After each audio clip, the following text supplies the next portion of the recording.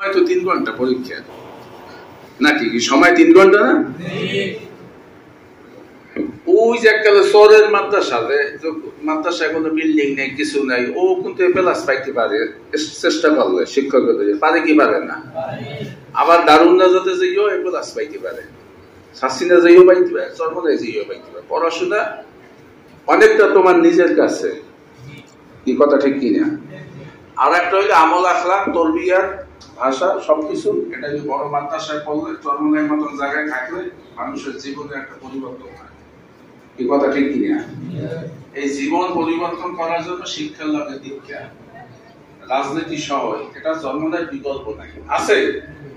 এই জন্য আমার ওস্তাদ যে আলোচনা করছে, তোমরা নিজেরা ভালো মতন পড়াশোনা করো, দক্ষ মানুষ এবং পাপমুক্ত জীবন। তার কথার মূল উদ্দেশ্যটাই ছিল একটা পাপমুক্ত জীবন। এই জন্য চরমনায় তোমাদের চেষ্টা করে।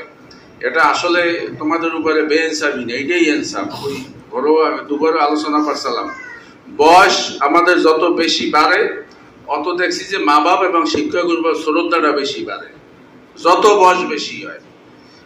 এই কথাগুলো তোমরা এখন বুঝবা না, এটা যত বয়স বেশি বাড়বে তত দেখবা শ্রদ্ধাটা বেশি বাড়বে। আর যাদের এখন শিক্ষকদের উপরে, আমাদের আসাতাজা ক্যাম্পের উপরে শ্রদ্ধাটা থাকবে, ইনশাআল্লাহ তোমরা কামিয়াব হইতে পারবে।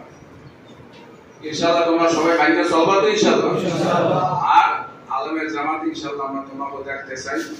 তোমাদের নিয়ে আমাদের বড় আশা, গবেষণা করব, তোমরা যেন ভালো পড়াশোনা করতে পারো, তোমাদের যেন দক্ষ এবং অনুশাসন দিয়ে ভালো মানুষ যেন আমরা করতে পারি, এই আশা আকাঙ্ক্ষা রেখে এবং তোমাদের কাছে দোয়া চাই। তোমরা আমাদের জন্য দোয়া করো, আমরাও তোমাদের জন্য দোয়া করি।